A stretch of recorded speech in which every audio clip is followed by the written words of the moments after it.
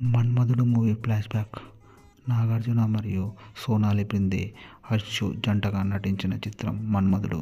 ఈ సినిమాకి విజయ్ భాస్కర్ దర్శకత్వం వహించగా, డీఎస్పీ మ్యూజిక్ అందించారు.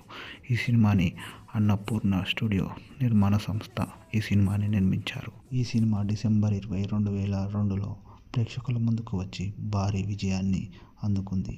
ఈ సినిమా నాగార్జున కెరియర్లోనే ఒక బ్లాక్ బస్టర్ హిట్గా 'మన్మధుడు' సొంతం చేసుకుంది. అయితే ఈ సినిమా అప్పట్లో దాదాపు 18 కోట్ల కలెక్షన్లు కూడా రాబట్టిందంటే ఈ సినిమాకున్న క్రేజ్ అప్పట్లో అంతా ఇంతా కాదు.